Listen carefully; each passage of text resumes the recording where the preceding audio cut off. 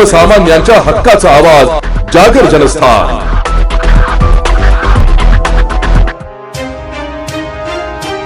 इगतपुरी पोलिसांनी अन्न व औषध प्रशासनाच्या सहकार्याने बोरटेंबा फाटा परिसरात धडक कारवाई करत महाराष्ट्र शासनाने प्रतिबंधित केलेला पान मसाला व जाफराणी जर्दा असा तब्बल 79,27,192 रुपयांचा मुद्देमाल जप्त केलाय।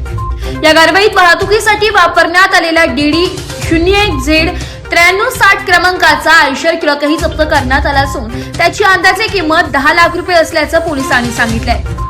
या प्रकरणी अन्न सुरक्षा अधिकारी सुहास जीभाऊ मंडलिक यांनी दिलेल्या फिर्यादीवरून इगतपुरी पोलीस ठाण्यात भारतीय न्याय संहिता तसेच अन्न सुरक्षा व मानके कायदा 2006 अंतर्गत गुन्हा दाखल करण्यात आलाय।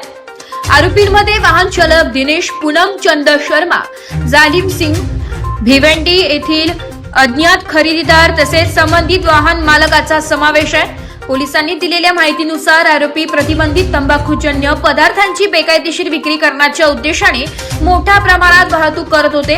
जप्त केलेल्या मुद्देमालामध्ये प्रीमियम राजनिवास सुगंधित पान मसाला आणि प्रीमियम ZN01 जाफराणी जर्दा यांचा समावेश आहे।